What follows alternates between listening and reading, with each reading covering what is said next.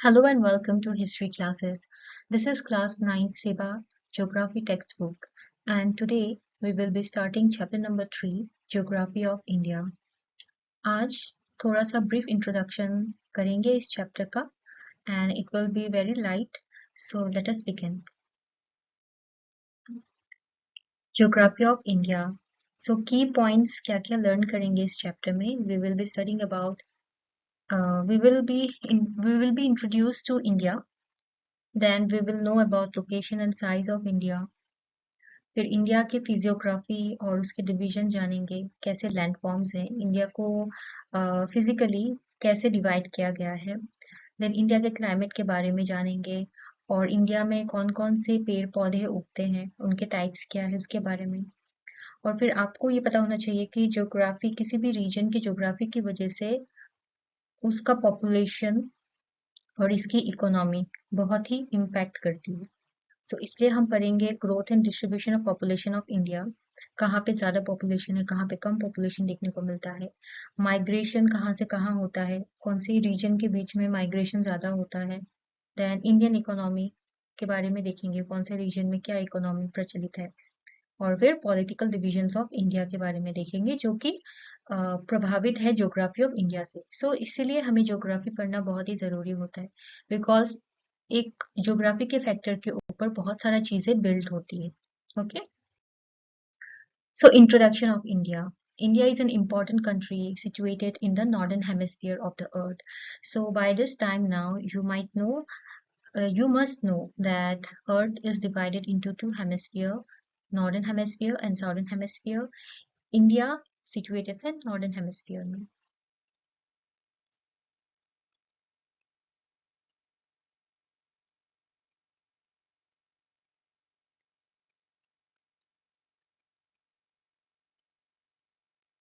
This is the equator. This is the northern hemisphere. And below we have the southern hemisphere. And India is situated in the northern hemisphere.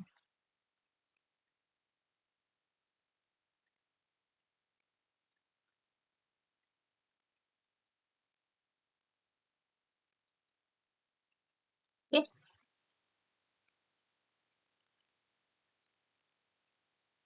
And northern hemisphere में, so we know that we have 7 continents in the world, in this earth, and Asia सबसे largest continent है. India is situated in the continent of Asia. India is an Asian country. And दूसरा fact है India के बारे में that it is the largest democracy in the world, a large democratic country in the world, and it is full of diversities.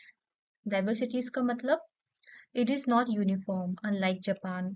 Okay, वहाँ पे सब लोग का मोस्टली सिमिलर कल्चर है, दिखने में भी सेम है, पहनावा रहन सहन भाषा भी सेम ही है। और इंडिया में डाइवर्सिटी है, यहाँ पे अलग अलग रीजन में अलग अलग भाषाएं बोली जाती है, अलग कल्चर है। ओके, अलग खान पान है, अलग फेस्टिवल सेलिब्रेट करते हैं। Okay, such diversities are apparent. ये सब क्यों आ जाते हैं डाइवर्सिटीज? बिकॉज इंडिया में वेरिएशन है क्लाइमेट में, फिजिकल एनवायरनमेंट में एंड सोशो इकोनॉमिक कंडीशंस में. ठीक है, तो किसी की इकोनॉमिक स्थिति की वजह से भी और वहाँ का फिजिकल एनवायरनमेंट की वजह से भी लोग अपना रहन सहन ढाल लेते हैं, इसलिए कपड़े भी अलग हो जाते हैं और वहाँ का खान पान भी अलग हो जाता है और फिर क्लाइमेट की वजह से भी अलग अलग चेंजेस हो जाते हैं. सो वी सी दैट एक जगह पे जैसे कि कश्मीर जैसी जगह में या फिर हिमालयस में we see high snow covered Himalayas है, वहाँ पे ठंडी जगह है, वहाँ का जो वातावरण है बहुत अलग है कहाँ से, hot climate in dry sandy desert of Rajasthan से.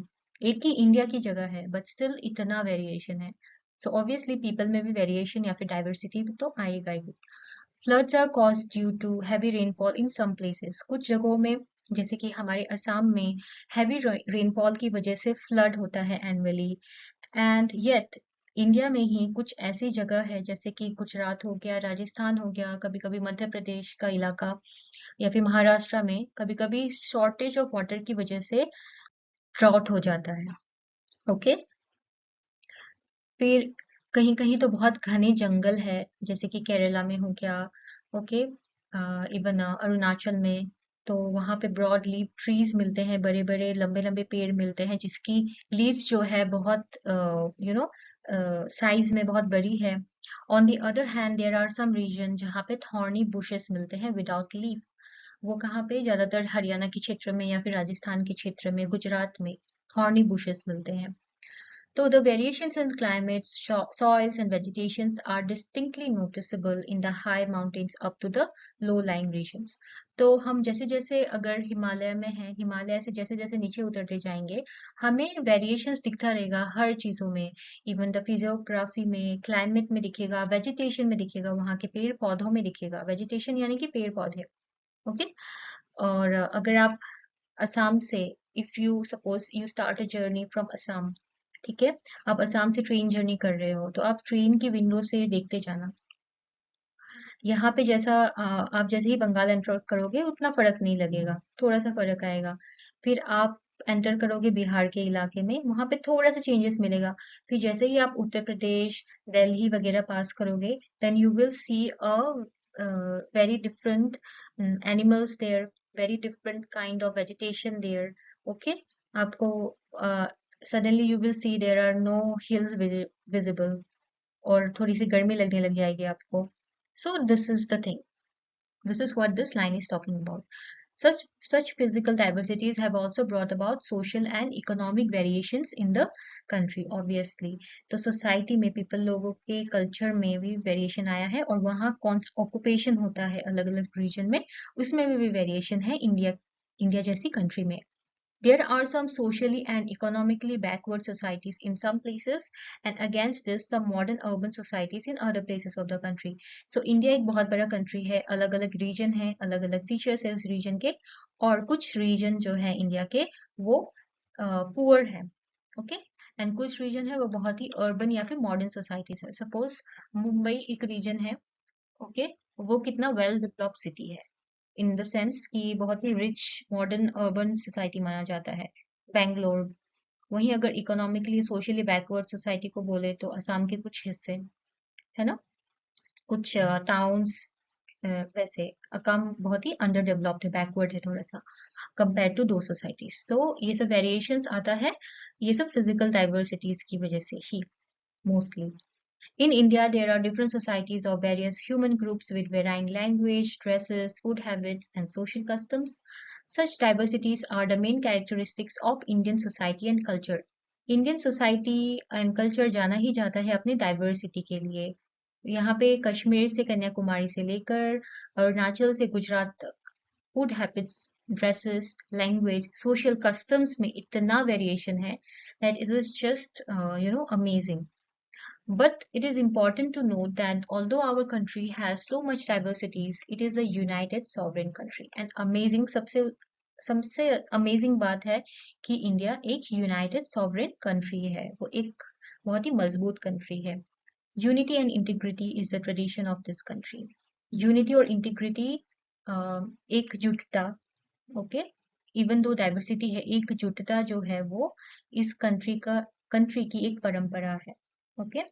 The strong cultural base inherited from the past, the natural similarity and uniformity shaped by prevailing monsoon climate, the trade and commerce of modern age. तो हमें variation दिख गया, अलग अलग India में क्या अलग है, एक दूसरे से कैसे अलग है इंसान, अलग अलग रीजन, अलग अलग सोसाइटी, वो हमें पता है। लेकिन इंडिया को यूनाइट क्या करता है? एक तो उसकी परंपरा, ओके, और एक तो एक कल्चरल बेस जो पास से इनहेरिट किया है। तो एक तो हिस्ट्री की वजह से, एंड एक तो एक नेचुरल सिमिलैरिटी है by the monsoon climate. So you must we have studied previously that monsoon winds जो होती है वो इंडिया की एक यूनिक फीचर है। Not it's also available in other countries as well, South Asia की। लेकिन जो जो लैंड मास में जहाँ पे मॉनसून प्रिवेल करता है, उस उस तरह के क्लाइमेट को एक इंडिया नाम की कंट्री को एक यूनिफॉर्म शेप देता है। I hope you get what I mean. The trade and commerce of modern age with improved transportation, communication, and unified administration have created a sense of unity among all these diversities in the minds of all Indians.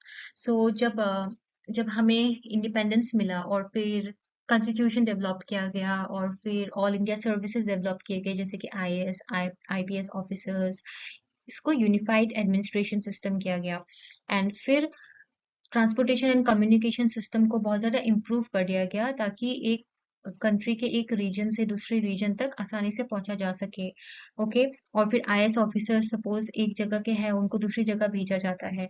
Suppose Madhya Pradesh में जन्मा एक IAS officer वो असम में आके काम कर रहा है, तो एक सेंट्रलाइज एडमिनिस्ट्रेशन है। Okay, we identify with our national anthem, we identify our ourselves with Indian national flag, है ना, and the freedom struggle of our forefathers, etc. So ये सब चीजें हमें यूनाइट करती है एज इंडियंस, इवन दो हमारे language, dresses, food habits and social customs में डाइवर्सिटी है। Okay, so let's talk about location and size. Asia is the largest continent of the world. India is situated in the southern part of this country. In the north of it lies the high Himalayas and China, and the south of, so मैं ये ऐसे समझा देती हूँ आप लोगों को through map. Okay, so this is the Indian map. Here are the Himalaya. Okay, so Himalaya से start होके यहाँ तक, this is the last point, Cape Comorin, Kanyakumari, and from Arunachal to Gujarat. This is the east western extent and north south extent ये है। Okay, तो आप ये shaded region देखिए, स्ट्राइप्स वाला रीजन नॉर्दर्न हिमालयन रीजन। सो northern Himalayan reason पूरा अरुणाचल तक है। ओके, एंड मिजोरम तक भी एक्सटेंड होता है, नागा हिल्स मिजोरम। एंड यहाँ पे कैसा है वेजिटेशन, यहाँ पे अलग है, ठंडी जगह है, पहाड़ है। ओके, टॉल ब्रॉड लीव्स वाले ट्रीज है। Then we see the plain areas of north India जो पोल्का डॉट्स वाले हैं। सो ये सब region plain areas of north India. So यहाँ पे देखेंगे कि नॉर्थ इंडिया में ज्यादा डोमिनेशन है गंगा यमुना का। ओके, गंगा यमुना का रिवर से, उनकी वजह से ही फर्टाइल नॉर्दर्न प्लेन्स ये बने हैं। ओके, हरियाणा पंजाब का रीजन आता है, उत्तर प्रदेश का रीजन आता है, बिहार का रीजन आता है, वेस्ट बंगाल का रीजन आता है एंड थोड़ा सा असम का भी। ओके, सो यहाँ पे क्या है, प्लेन्स है, there are no hills, plain region. Then we see Deccan plateau region. Okay, this V shaped, यहाँ से लेके यहाँ तक पूरा डेक्कन एरिया है ये। ओके, डेक्कन एरिया और Deccan प्लेटू is highland. Okay, raised land जो होता है उसको बोलते हैं डेक्कन, उसको बोलते हैं प्लेटू। एंड इंडिया में we have Deccan plateau, Pune Bangalore, Pune Bangalore वाला region. Okay, that region is the plateau region. Chota Nagpur plateau we have. Okay, Malwa plateau, ये सब अंतर्गत आते हैं डेक्कन प्लेटू रीजन में। ओके, ये इनका स्थिति थोड़ा अलग है। ओके, यहाँ पे उतने रिवर्स नहीं होते हैं, पेरिनियल रिवर्स नहीं होते हैं वहाँ पे, सीजनल रिवर्स होते हैं। Then we have coastal region, this portion. Okay, slanting stripes वाला पोर्शन में कोस्टल रीजन है। So we have two coast, Coromandel coast and Malabar coast. So यहाँ पे बहुत सारे पोर्ट्स हैं, बंदरगाह है, फिर नॉर्दर्न सर्कल्स भी है, फिर ये कोस्ट भी है। So this is the variation we see. फिर यहाँ पे एक और देना चाहिए था, वो दिया नहीं है, यहाँ पे डेजर्ट एरिया है। Okay, so we have Aravalli range, यहाँ पे माउंटेन्स रेंज है ये वाला। Then we have this some Krishna, Pennar, Kaveri, Ganga, Mahanadi, Brahmaputra river, Narmada, Tapti, some major rivers of India. Then छोटा Nagpur प्लेटू is one of the important plateau जो कि छत्तीसगढ़ झारखंड वाला रीजन में आता है। Okay, then we have Satpura range और Vindhya range which divides north and south India. ठीक है, Satpura range and Vindhya range, these are the hilly range. Okay, and one more thing is that tropic of cancer India से भी गुजरती है। So it start somewhere from here, Madhya Pradesh से होती हुई गुजरात से निकलती है। सो नॉर्दर्न और साउदर्न रीजन में बढ़ जाता है India due to tropic of cancer. Okay, obviously India is above equator, but tropic of cancer India से होकर जाती है, तो India is one of the tropical country. And इसलिए भी वी कैन सी दैट थोड़ा यहाँ का जो क्लाइमेट या वेजिटेशन है यहाँ से अलग है। और अलग होने का कारण इंडिया का ऊपरी भाग अलग होने का कारण यहाँ से डेक्कन प्लेटू से उसका रीजन भी ये है कि पुराने समय में ये जो पोर्शन है डेक्कन वाला प्लेटू वाला, it was not included here. Okay, ये बाद में फॉर्म हुआ ये वाला रीजन। तो स्टोरी क्या है, जब एक बहुत बड़ा कॉन्टिनेंट से ये वाला भाग यहाँ से टकरा गया था, तिब्बतन प्लेटू से टकरा गया था ये वाला भाग। ओके, ये ओल्डेस्ट लैंड मास है और ये बहुत ही स्टेबल लैंड मास है, और ये जो हिमालयन रीजन है वो नया से फॉर्म हुआ टकराने के बाद। Understood? Okay, so India is a vast country. In terms of its size, it is the seventh largest country of the world. This country is 13 times larger than the United Kingdom and 9 times larger than Japan. Okay, India has a total area of 3,287,263 kilometers square. It occupies about 2.4% of total area of Earth. Because of its large size and vast extension, it is called the subcontinent. ये भी याद रखना, India को कभी-कभी subcontinent भी कहा जाता है।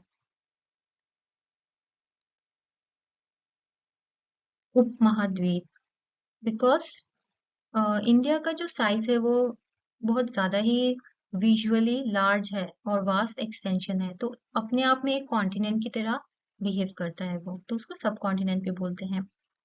And India is a large democratic country with 29 states and 7 union territories.